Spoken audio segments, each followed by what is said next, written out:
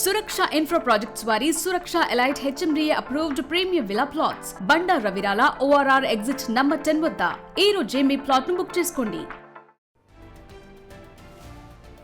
Breaking news. Hyderabad బాచుపల్లిలో భారీ అగ్ని ప్రమాదం చోటు చేసుకుంది. ప్రగతి నగర్లోని కేజీఆర్ కన్వెన్షన్ హాలుకు ఆనుకుని ఉన్న ఫర్నిచర్ షాపులలో పెద్ద ఎత్తున మంటలు ఎగిసిపడ్డాయి. ఘటనకు షార్ట్ సర్క్యూట్ కారణమని ప్రాథమికంగా అంచనా వేస్తున్నారు. ఘటనలో కోట్లలో ఆస్తి నష్టం జరిగినట్టు తెలుస్తుంది. రాత్రి 10:30 ప్రాంతంలో ఒక షాపు వద్ద నిప్పురవ్వలు మొదలవగా క్షణాల వ్యవధిలోనే ఇతర షాపులకు వ్యాపించాయి. మంటలను గమనించి హుటాహుటిన రోడ్డు మీదకి పరుగులు తీశారు నిర్వాహకులు. ఘటన జరిగిన ప్రదేశంలో దాదాపు 43 ఫర్నిచర్ షాపులుండగా 30కి పైగా షాపులు పూర్తిగా దగ్ధమయ్యాయి. ఒక్కో షాపులో దాదాపు 40 లక్షల రూపాయలకు పైగా విలువైన ఫర్నిచర్ సామాగ్రి ఉందంటున్నారు నిర్వాహకులు. 6కు పైగా ఫైర్ ఇంజన్లు, వాటర్ ట్యాంకర్ల సహాయంతో శ్రమించి మంటలను అదుపు చేశారు ఫైర్ సేఫ్టీ సిబ్బంది. దాదాపు 5 గంటలకు పైగా రెస్క్యూ ఆపరేషన్ కొనసాగింది. ప్రమాద తీవ్రతకు సంబంధించి మరిన్ని వివరాలు మా ప్రతినిధి అక్రమ్ అందిస్తారు. బాచుపల్లి పోలీస్ స్టేషన్ పరిధిలోని ప్రగతి నగర్లో భారీ అగ్ని ప్రమాదం సంభవించింది. రోడ్ సైడ్ ఉన్నటువంటి ఫర్నిచర్ షాపుల్లో స్పార్కిల్స్ రావడంతో ఒక్కసారిగా కూడా షాపులన్నీ కూడా దగ్ధమైన పరిస్థితి. ప్రస్తుతం మనం సంఘటన స్థలంలోనే ఉన్నాము. ఏదైతే ప్రగతి నగర్లో ఉన్నటువంటి కేజీఆర్ కన్వెన్షన్ ఫంక్షన్ హాల్కి ఆనుకొని ఉన్నటువంటి రోడ్ సైడ్ ఫర్నిచర్ షాపుల వద్దనైతే మనం ఉన్నాము. ఒకసారి మనము విజువల్స్లో చూసుకోవచ్చు. పూర్తిగా కూడా షాప్ అన్ని కూడా దగ్ధమైన పరిస్థితి. సరిగ్గా రాత్రి 10:30 సమయంలో, మంగళవారం రాత్రి 10:30 సమయంలో ముందుగా ఒక షాప్ వద్ద స్పార్కిల్స్ రావడంతో కూడా ఆ ఒక్క క్షణాల వ్యవధిలోనే దాదాపు అన్ని షాపులకు కూడా వ్యాపించినట్టు కూడా తెలుస్తోంది. ఒకసారి మనము విజువల్స్లో చూసుకోవచ్చు. ఎంత ఆ మంటల తీవ్రత కానీ ఆ పొగ తీవ్రత ఏ స్థాయిలో ఉందో కూడా ఒకసారి మనము స్పష్టంగా చూసుకోవచ్చు. సో లోపల ప్రధానంగా ఫర్నిచర్ కాబట్టి సోఫాలు, బెడ్లు, ఆ చైర్, అదేవిధంగా పరుపులు, ఎక్కువ కూడా కాటన్కి సంబంధించినటువంటి వస్తువులు ఉంటాయి కాబట్టి అవి మంటకి చాలా తొందరగా కూడా రియాక్ట్ అయిపోయి పూర్తిగా కూడా కాలిపోయిన పరిస్థితి అయితే కనిపిస్తూ ఉంది. సో లోపల ఉన్నటువంటి ఆ షాప్ ఓనర్లు అంటే మామూలుగానైతే ఇటు వీళ్ళు వేరే రాష్ట్రాల నుంచి ఇక్కడికి వచ్చి కూడా వలస ఉండి ఇటు రోడ్ సైడ్ నుండి ఈ ఫర్నిచర్ షాపులు నిర్వహిస్తూ ఉంటారు. సో వారు రాత్రులు కూడా అవే షాపులలో పడుకుంటూ ఉంటారు. సో ఒక్కసారి కూడా మంటలను చూసి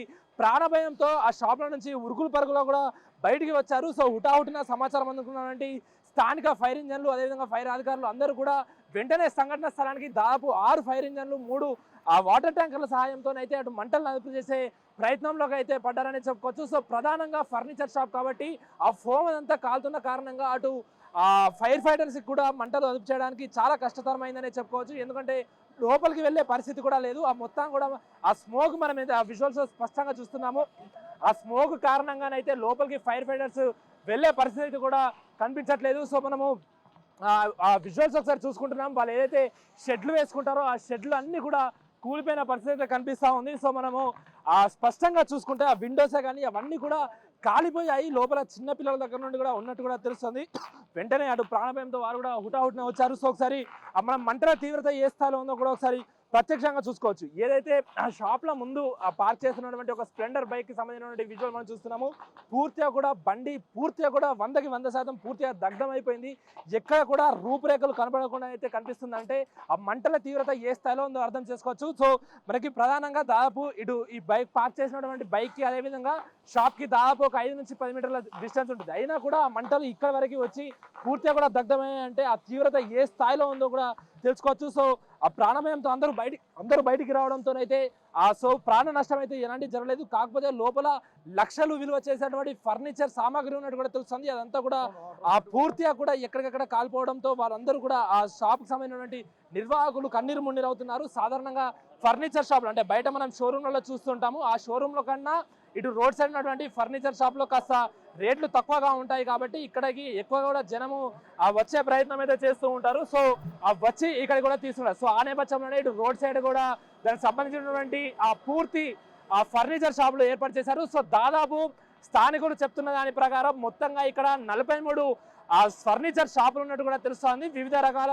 రాష్ట్రాల నుంచి ఇక్కడికి వచ్చి కూడా అన్ని ఫర్నిచర్ షాపులు నిర్వహించారు. సో అలా దాదాపు 43 ఫర్నిచర్ షాపులు అయితే ఇక్కడ ఉన్నట్టు కూడా తెలుస్తోంది. సో క్షణాల వ్యవధిలోనే మంటలు వ్యాపించడంతో దాదాపు 30కి పైగా అన్ని ఫర్నిచర్లు కూడా కాలిపోయాయంటూ కూడా చెప్తున్నారు. ఒక్కొక్క షాప్లో దాదాపు 30 నుండి 40 లక్షల వరకు విలువ చేసేటువంటి ఫర్నిచర్కి సంబంధించినటువంటి ఆ సామాగ్రి ఉంటుందంటూ కూడా స్థానికులు చెప్తున్న పరిస్థితి. అదేవిధంగా నిర్వాహకులు కూడా మాకు లక్షల్లో నష్టం జరిగిందంటూ కూడా వాళ్ళు కన్నీరు మున్నీరు అవుతున్నారు. సో అటు ఆ లోపల ఉన్నటువంటి ప్రజలు చెప్తున్న దాని ప్రకారం మనకి ఏదైతే ఇప్పుడు కనిపిస్తున్నటువంటి ఈ కరెంటు పోల్ ఉందో, సో ఈ కరెంటు పోల్ ఇవన్నీ కూడా ఈ రోడ్ సైడ్ ఉన్నటువంటి ఫర్నిచర్ షాపులకు అయితే కరెంటు పోల్లు ఆనుకొని ఉన్నాయి. అయితే సరిగ్గా రాత్రి 10:30 ప్రాంతంలో ఒక్కసారిగా కూడా పవర్ ఆఫ్ అయ్యి ఆన్ అయిపోయింది.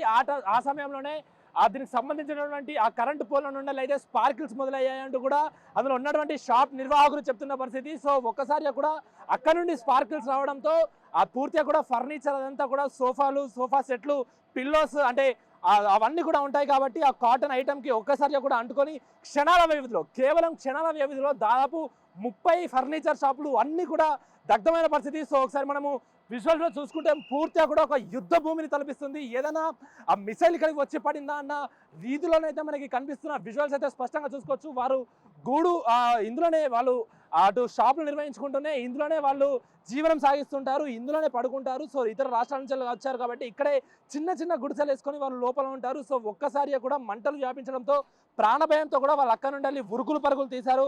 ఆ కట్టుబట్టలతో బయటికి ఉరికొచ్చారని చెప్పుకోవచ్చు. వాళ్ళు లోపల అంటే మామూలుగా వాళ్ళ నివాసం కూడా ఇక్కడే కాబట్టి లోపల వాళ్ళ బీరువాలో ఉన్నటువంటి నగలు, బట్టలు, అదేవిధంగా డబ్బులు పూర్తిగా కూడా ఎక్కడికక్కడ కాలిపోయాయంటూ కూడా చెప్తున్నారు. సో వెంటనే ఆ ప్రాణభయంతో మేము బయటకు వచ్చాము, మా వస్తువులను కాపాడలేకపోయాము, మా ఏదైతే వాళ్ళు నిల్వ ఉంచుకున్నటువంటి సామాన్ కాపాడలేకపోయాము, లోపల డబ్బుల్ని కాపాడుకోలేకపోయాము, ప్రాణభయంతో హుటాహుటిన బయటికి పరుగులు తీసాము.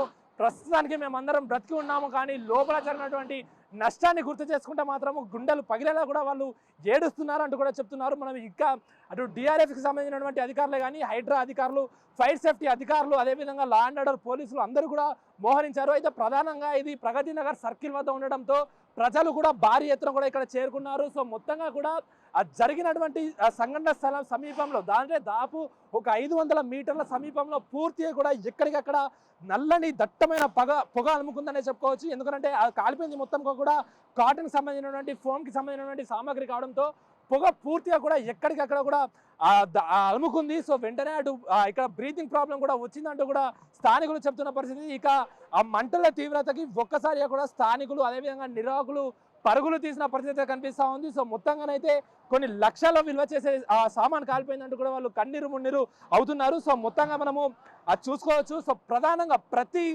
షాపు దాదాపు ఇది ఎంత లోపలికి కనుమేర కనిపించే లోపలికి వరకు కనుమేర అంటే కనుచూపు ఎంత మేరకు వెళ్తుందో అంతవరకు కూడా మనకి మంటలే కనిపిస్తున్న పరిస్థితి కనిపిస్తుంది. అంటే ఎంత ప్రమాదకరంగా ఎంత మంటల తీవ్రత ఏ స్థాయిలో ఉందో కూడా మనము స్పష్టంగా అంచనా వేయవచ్చు. సో మొత్తంగానైతే పోలీసులు ఇక్కడికి చేరుకొని స్థానికంగా ఎవరు ఉండకుండా అందరినీ కూడా పంపించేస్తారు. అదేవిధంగా ప్రధానంగా షార్ట్ సర్క్యూట్ అయిందని ప్రాథమికంగా అంచనా వేస్తున్నారు కాబట్టి సో ఆ పవర్ని కూడా పూర్తిగా కూడా ఆఫ్ చేసేసారు. ఆ మంటల్ని కూడా అటు ఫైర్ ఇంజన్ అధికారులు అయితే పూర్తిగా కూడా అదుపు చేసే ప్రయత్నంలోనే అయితే పడ్డారనే చెప్పుకోవచ్చు. ఇక ప్రధానంగా లోపల వాళ్ళు వంటలు చేసుకున్నటువంటి సిలిండర్లు ఉంటాయి కాబట్టి సిలిండర్లు కూడా ఒకదాని వెనుక ఒకటి పూర్తిగా కూడా పేలిపోయాయంటూ కూడా వాళ్ళు బాధితులు పూర్తిగా కూడా గుండెలు పగిలేలా కూడా ఏడుస్తున్న పరిస్థితి కనిపిస్తూ ఉంది.